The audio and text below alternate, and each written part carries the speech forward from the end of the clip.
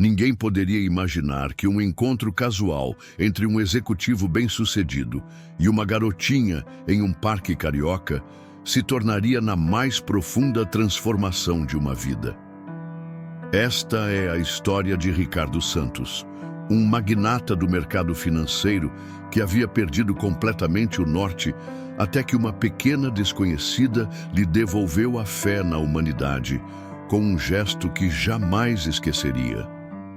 Ricardo Santos havia esquecido o que significava paz interior. Aos 45 anos, comandava uma das principais corretoras de investimentos do Rio de Janeiro, um verdadeiro império financeiro construído através de negociações rápidas e estratégias calculadas que o transformaram em um dos homens mais ricos do Brasil. Porém, todo esse sucesso tinha um preço que só agora começava a compreender. Naquela tarde nublada de junho, Ricardo encontrava-se sentado em completa solidão em um banco da Lagoa Rodrigo de Freitas, observando as pessoas que passavam com suas vidas cheias de propósito. Sentia-se mais vazio do que jamais havia experimentado. O velório de seu irmão mais novo havia sido há apenas 5 dias e, com sua partida, levara consigo a única pessoa que realmente entendia o verdadeiro Ricardo. Seu irmão Marcelo havia sido seu melhor amigo, aquele que sempre o lembrava que existiam coisas mais importantes que planilhas e lucros. Era quem organizava os almoços de família, quem ligava nos aniversários, quem mantinha viva a conexão humana que Ricardo havia negligenciado por anos. Agora que ele se fora, Ricardo percebia o quanto havia se distanciado de tudo que realmente importava.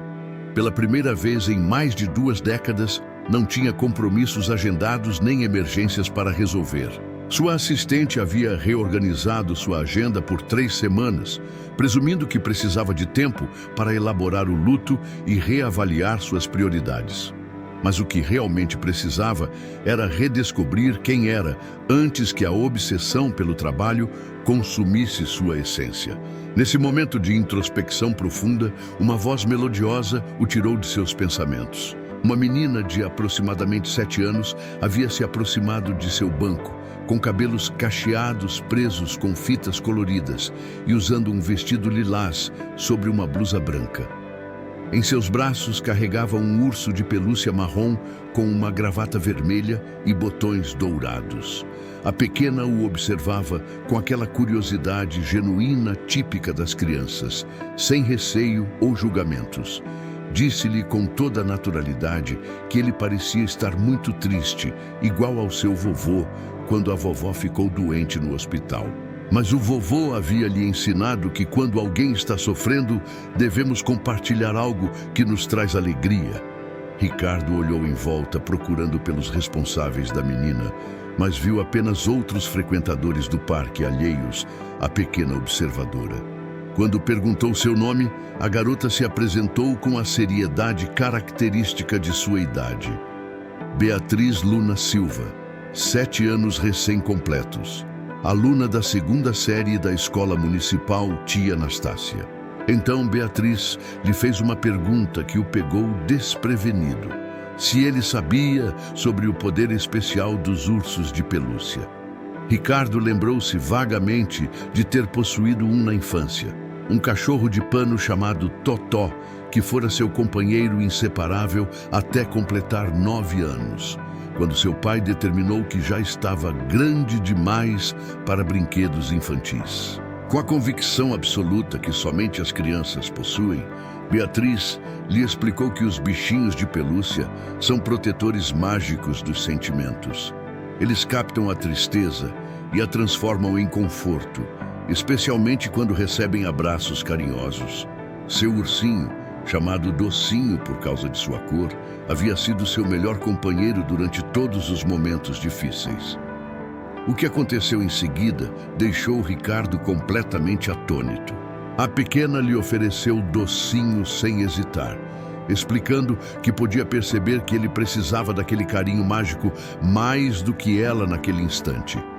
Era um ato de generosidade tão sincero e altruísta que o deixou literalmente sem palavras.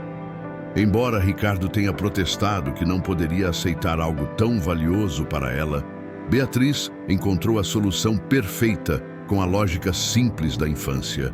Poderiam revezar nos cuidados com Docinho. Subiu no banco com a confiança natural das crianças e posicionou cuidadosamente o ursinho entre os dois. Em seguida, com uma sensibilidade emocional que contrastava com sua pouca idade, Beatriz pediu que ele contasse o motivo de tanta tristeza. Garantiu-lhe que conversar sempre ajudava o coração a se sentir menos pesado, exatamente como seu avô lhe havia ensinado. Algo no olhar cristalino e compassivo da menina fez com que Ricardo se abrisse de uma forma que não acontecia há décadas. Contou-lhe sobre a morte recente de seu irmão, sobre como havia sido a pessoa mais importante de sua vida e como se arrependia de não ter valorizado mais os momentos juntos, sempre absorvido pelas demandas profissionais. Beatriz ouviu com a atenção genuína que apenas as crianças conseguem oferecer, concordando com compreensão. Quando Ricardo terminou de falar, a pequena disse algo que mudaria sua perspectiva para sempre. Com sua honestidade característica, explicou-lhe que os adultos às vezes se esquecem do que é verdadeiramente essencial.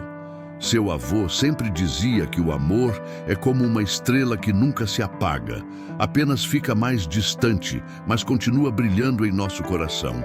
Depois entregou-lhe Docinho novamente, instruindo-o para abraçar bem forte e pensar em todas as lembranças felizes com seu irmão.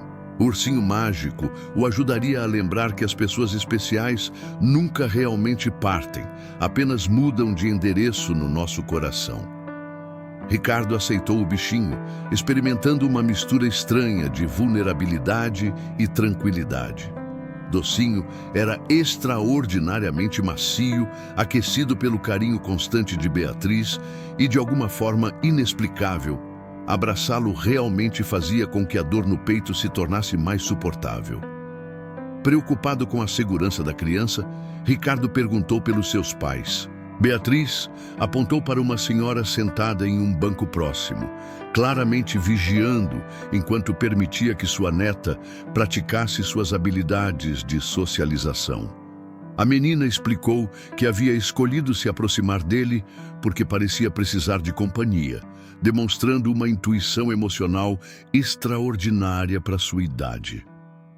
Os minutos seguintes transcorreram numa conversa de uma sinceridade que Ricardo não vivenciava há anos. Beatriz falou sobre sua escola, seu peixinho chamado Nemo, e sua teoria de que as estrelas cadentes eram bilhetes que os anjos mandavam para os que ficaram na Terra. Também contou sobre seu avô, quem lhe ensinara que consolar outros quando estão tristes é uma das missões mais nobres que qualquer pessoa pode ter.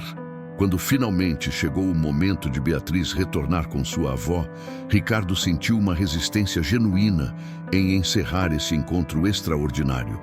A avó de Beatriz, uma senhora chamada Dona Lúcia, aproximou-se pedindo desculpas caso sua neta o tivesse incomodado. Ricardo a tranquilizou prontamente, explicando que Beatriz havia sido exatamente o que seu coração precisava naquele dia. Antes de partir, Beatriz fez-lhe prometer que se lembraria do que haviam conversado sobre o amor que permanece para sempre.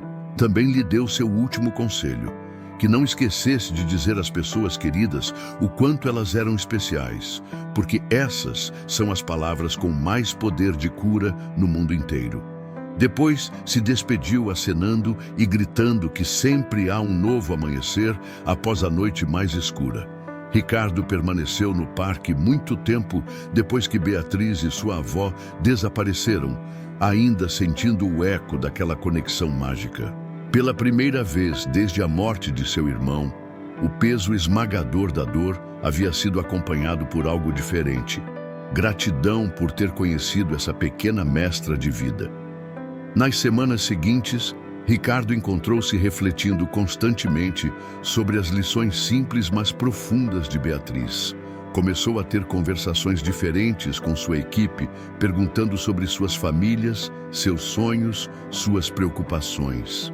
Interessou-se genuinamente pelas pessoas ao seu redor, não apenas como funcionários, mas como seres humanos com histórias próprias.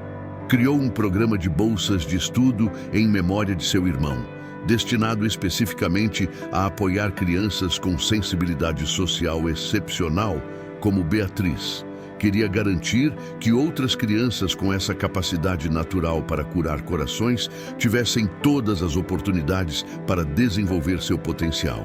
Também implementou mudanças significativas em sua empresa, introduzindo políticas mais humanizadas e flexíveis, que permitissem aos funcionários equilibrar melhor trabalho e vida pessoal.